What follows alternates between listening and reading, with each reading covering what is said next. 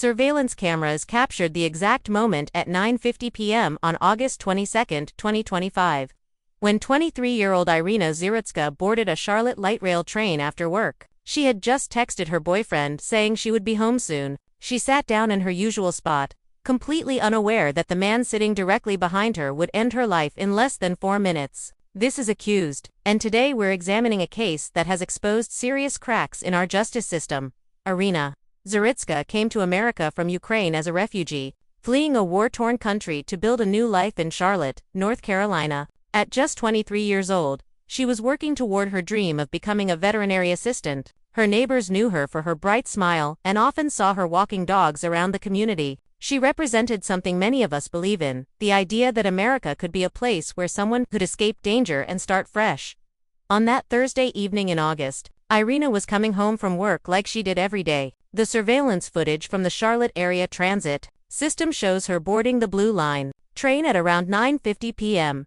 She chose a seat and settled in for what should have been a routine 15-minute ride home. Behind her sat 34-year-old DeCarlos Brown Jr., a man she had never met and would never have the chance to know. The federal criminal complaint filed by the Department of Justice describes exactly what happened next. 4 minutes after Iryna sat down, Brown pulled a pocketknife from his hoodie. Without any warning or provocation, he stabbed her 3 times. At least one of those wounds was to her throat. After the attack, witnesses heard Brown say specific words that I won't repeat here, but they indicated this may have been racially motivated. Brown then exited the train just 2 minutes later, leaving Iryna dying in her seat. Other passengers immediately tried to help Iryna, but her injuries were too severe. She was pronounced dead on the train. Police arrested Brown within minutes of the attack, finding the pocketknife and other evidence at the scene. The entire incident was captured on multiple surveillance cameras throughout the train car. But here's where this case becomes truly disturbing, and it's information that every person who uses public transportation should know. If cases like Iryna's make you question our justice system as much as they make me, hit that subscribe button because these stories need to be told. DeCarlos Brown Jr. was not a first-time offender. In fact, according to court records reviewed by multiple news outlets, he had been arrested 14 times before he killed Iryna. Let me walk you through his criminal history, because the pattern is shocking. His convictions included felony, larceny, robbery with a dangerous weapon, assault, breaking and entering, and making threats. In 2015, he was sentenced to 6 years in prison for incidents that happened in 2013 and 2014.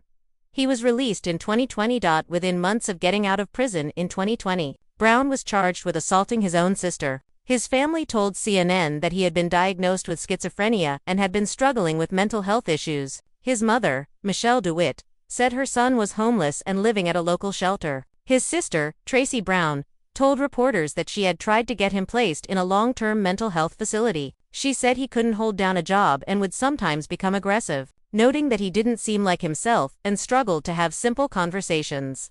The question that everyone is asking is simple.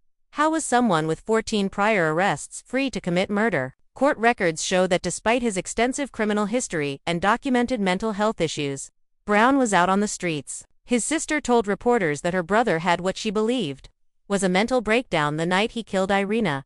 But mental illness, while it may help explain someone's actions, doesn't excuse them. The surveillance footage, which was released to the public on September 5, shows the brutal reality of what happened. The video is disturbing enough that most news outlets have only shown edited portions. What the footage reveals is that this was a completely random attack. Iryna had no idea she was in danger. She was sitting peacefully when Brown attacked her from behind without warning. After the attack, other passengers rushed to help Iryna. The footage shows people trying to save her life, doing everything they could in those critical moments. These brave individuals deserve recognition for their efforts, even though they couldn't save her. The video also shows Brown calmly walking off the train after committing murder, showing no signs of remorse or panic. The case took a significant turn on September 9, when the Department of Justice announced federal charges against Brown. He's now charged with committing an act causing death on a mass transportation system, which carries the possibility of the death penalty. This federal charge came in addition to the first-degree murder charge he was already facing at the state level. The federal involvement is significant for several reasons. First, it shows that this case has drawn attention at the highest levels of law enforcement. Second, federal charges often come with more severe penalties than state charges. The Department of Justice made it clear in their statement that they view this as a result of what they called failed soft and crime policies.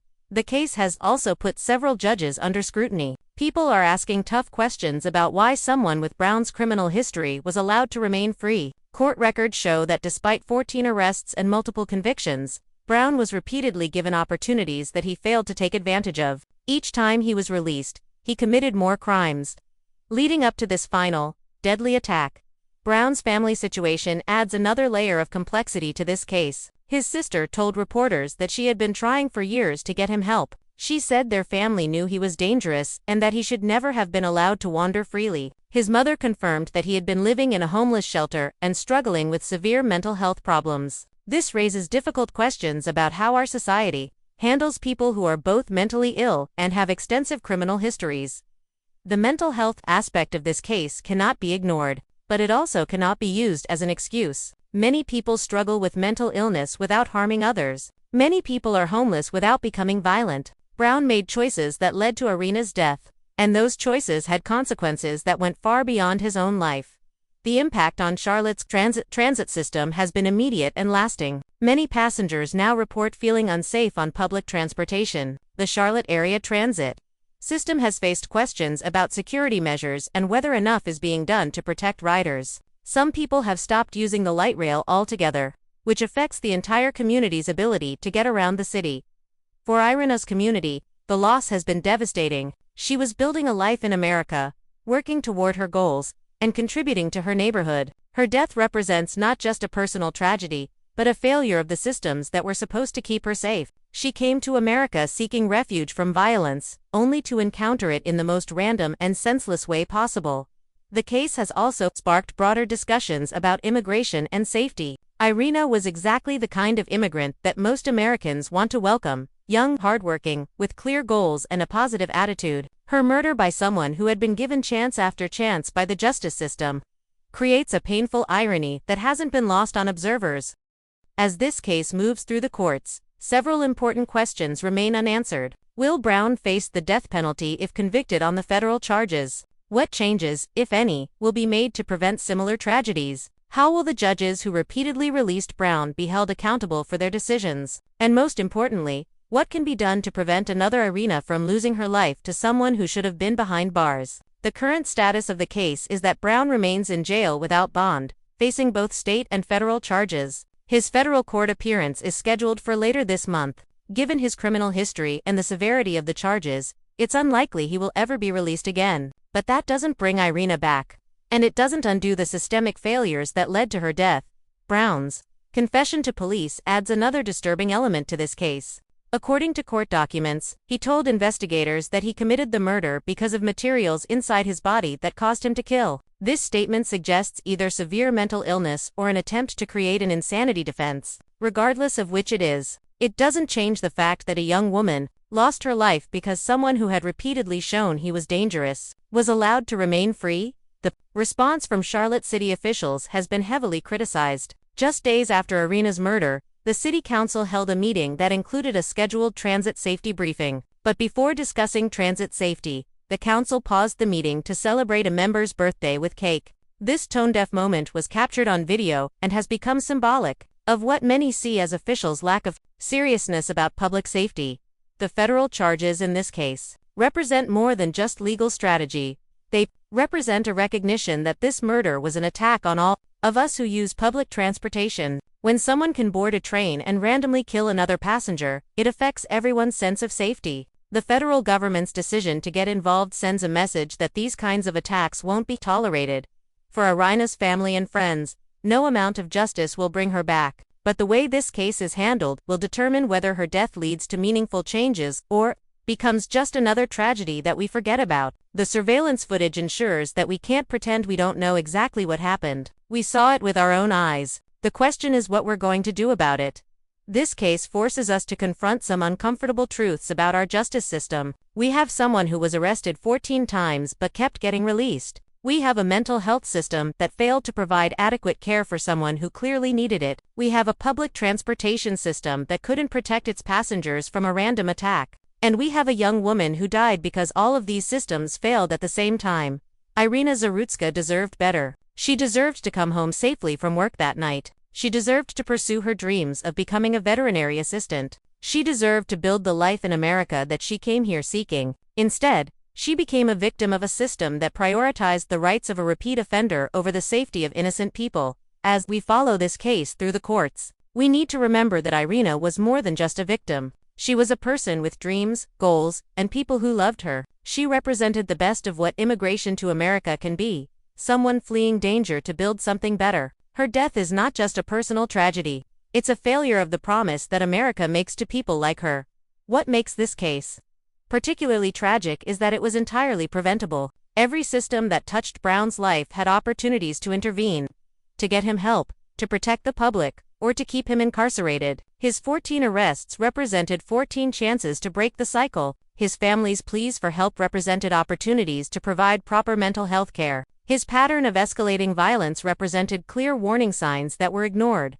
The surveillance footage that captured Iryna's murder will remain as evidence of not just Brown's crime, but of our society's failure to protect innocent people from preventable violence. Every time someone watches that video, they're seeing the moment when all of our systems failed simultaneously. It's a permanent record of what happens when we prioritize the rights of violent repeat offenders over the safety of innocent people.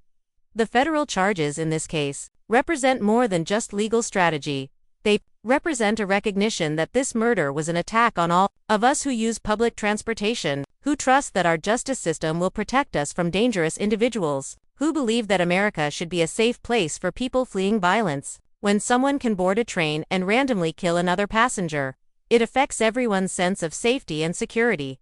The case has also ignited a national debate about crime and mental health policy. PBS News has described it as becoming a rallying cry for Republicans who want to paint Democrats as soft on crime. But the issues it raises transcend party politics. This is about basic public safety and whether our systems are designed to protect innocent people or to endlessly give chances to those who repeatedly prove they are dangerous. As we follow this case through the courts, we need to remember that Iryna represented the best of what immigration to America can be. She was someone fleeing danger to build something better. Someone with talents and dreams and so much to offer. Her painted flowers, which still beautify her Charlotte neighborhood, serve as a daily reminder of the creativity and joy that was lost when her life was cut short. The competency hearing that has been ordered for Brown adds another layer of complexity to this case. If he's found incompetent to stand trial, it could mean that despite clear evidence of his guilt, he may never face full accountability for Iryna's murder. This possibility has outraged many who believe that mental illness should not be a shield from justice, especially for someone with such an extensive criminal history. The next few months will show us whether our justice system is capable of learning from this failure, whether judges will be more careful about releasing repeat offenders with histories of violence, whether mental health resources will be improved to actually treat people like Brown before they become killers, whether public transportation will be made safer through increased security measures, whether families trying to get help for dangerous relatives will be taken more seriously, and whether Iryna's death will lead to meaningful changes that prevent similar tragedies. But even if changes are made, they won't bring Iryna back. They won't restore the life she was building in Charlotte or the dreams she was pursuing. They won't give her the chance to become the veterinary assistant she wanted to be or to create more of the beautiful art that her neighbors still cherish. All we can do now is ensure that her death wasn't meaningless, that it leads to changes that protect other innocent people from suffering the same fate.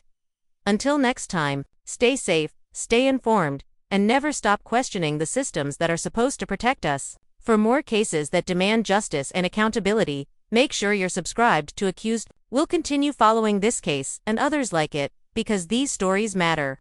The victims deserve to be remembered, and the failures that led to their deaths must be exposed and corrected.